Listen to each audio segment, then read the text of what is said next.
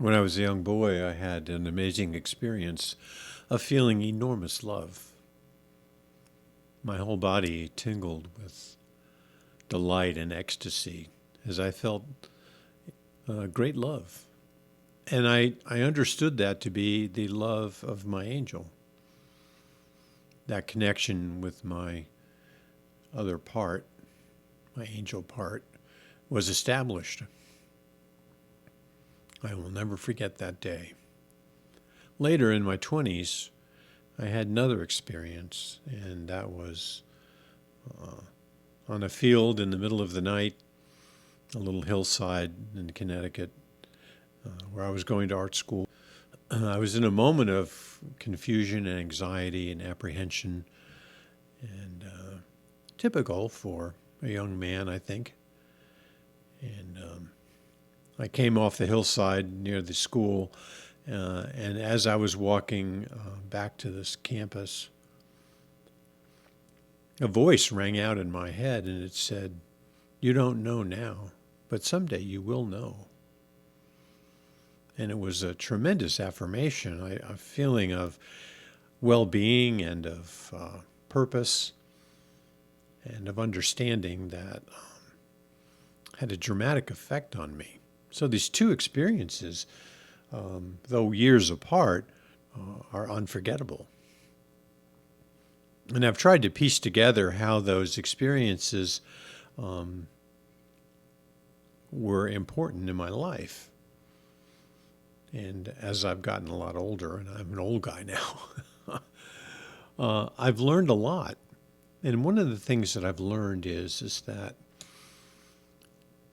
experience of being told that I would someday know, and that voice in my head were very real, and they have a place that can be understood in my life.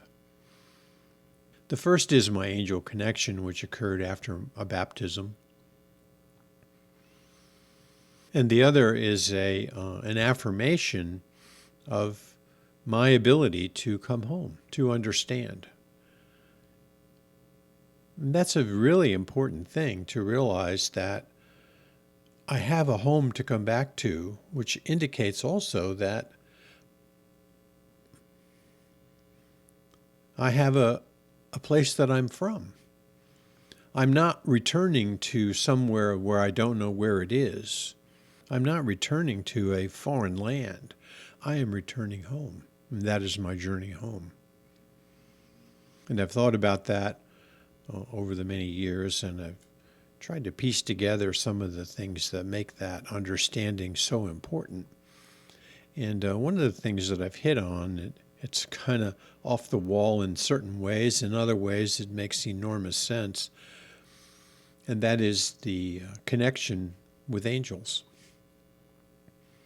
And the angel connection that I have in my life is very certain and sure. And it's given me a tremendous amount of solace and of connection. But there's a larger understanding here that's very important, and that is the activity, the high degree of activity of the angelic realms in our everyday life.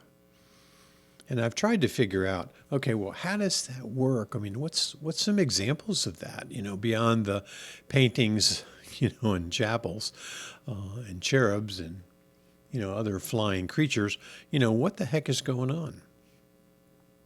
So here is my understanding, and it's a little experiential, and so I'm not using a scholarship, as it were, to try and understand my own experience. I'm going to go with it and see if I can figure out where it takes me, and perhaps it will take you in your understanding of the world that we live, that is filled with divine beings, creatures of the divine hierarchy.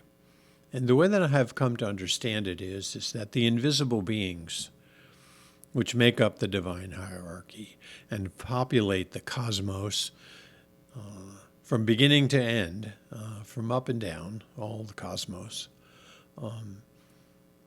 these invisible beings need us in a way. They need us to provide the manifested energy of humanity to propel the cosmos, as it were, in terms of its connection with the divine. And there's a psychic propulsion system there that's very important, and it's a thing that humans can do to make ourselves valuable. I mean, why would you be a human? What is it that we have to offer? What we have to offer is an enormous amount of psychic power that comes from our manifestation. And so it is what the divine beings, the hierarchies of the divine, are after. So it is that if you say no to things which are going to gratify only your personality, the beings of the divine hierarchies are cheering. They are just yelling in exultation that we were able to say no to personality and to give our energies and efforts and energies to the divine as a gift. When they don't cheer is when we turn ourselves over to our personality and we indulge ourselves in our personality, and we sink then with the weight of our personality in the divine hierarchy. We are sinking into mortality. Connecting to the divine, our angel nature begins to expand, and we are then taken farther aloft. And I have a good idea of how to understand this, and I want to pass it on. It's pretty unique, but bear with me. Think about the pyramids for a moment. Think about the mystery of the pyramids and what they represent. And what I am suggesting is that the pyramids are very much a perfect physical representation of the unseen world.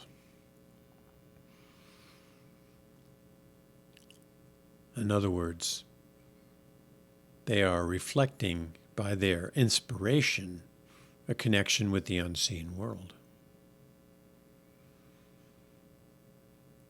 They're representing that voyage that I am experiencing of knowing, of coming home.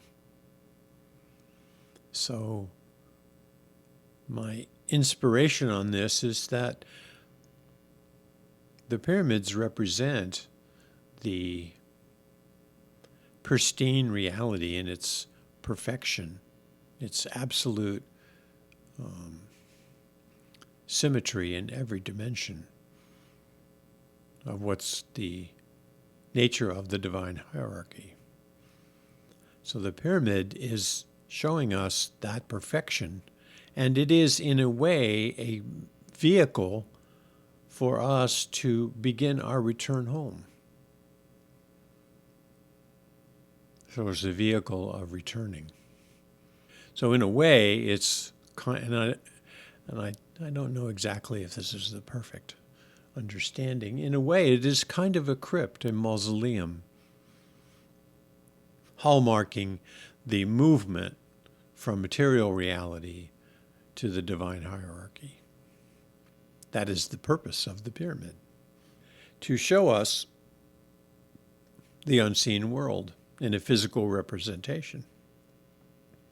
In other words, the pyramids are icons. They are symbols that have been erected and are representing a kind of reality that the manifested world can't really understand, but we can get a sense of it, the sense of the psychic nature that must be where we are going. It must be. Because That connection with the unseen world is one that is so precious and so powerful that it seems like the only logical thing, that we are returning home, home, knowing of our struggle to turn our life over to the divine hierarchies in such a way that we are becoming angelic in our own lives, and we are leaving behind a personality. And that's the nature of the world we're in right now. We can see that. We can see the forces of personality overwhelming us. And those who are not yielding to personality, feeling a little bit beleaguered by this. But the unseen world is very aware of the struggle and what's going on. And it's a struggle that's been going on for a very long time.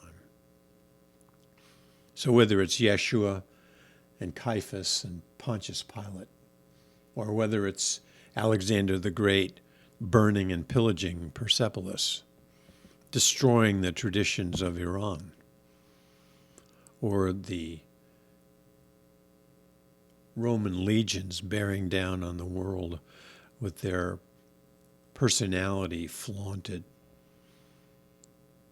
But that's not really ours to work through. Our journey is to say yes to the divine and to say no to personality. And I think that's, again, what the pyramids represent. It's saying yes to the unseen world, and that the divine hierarchy cheers at the ability to make a connection with that icon, the icon of the invisible world. So I think it's a kind of a funny thing, an ironic thing, an enigmatic thing that the pyramid represents the unseen world and our place in it. And so we find ourselves in the interior of the pyramid in the same way that we are in the interior of ourselves. So it reminds me a lot of the most famous quote from Meister Eckhart. I hope I get it right. The eyes that I see God with are the eyes that God sees me. So that kind of enigmatic, turn it around understanding is exactly the same as going into the pyramids to find the interior life of who we are, as we then understand the invisible world through that context, through that. I guess I shouldn't call it a crypt, but maybe it is. Maybe we could redefine crypt and understand it as a representation, an icon, a symbol by which we can travel and we can find ourselves. So I ask you to think about that. Amen.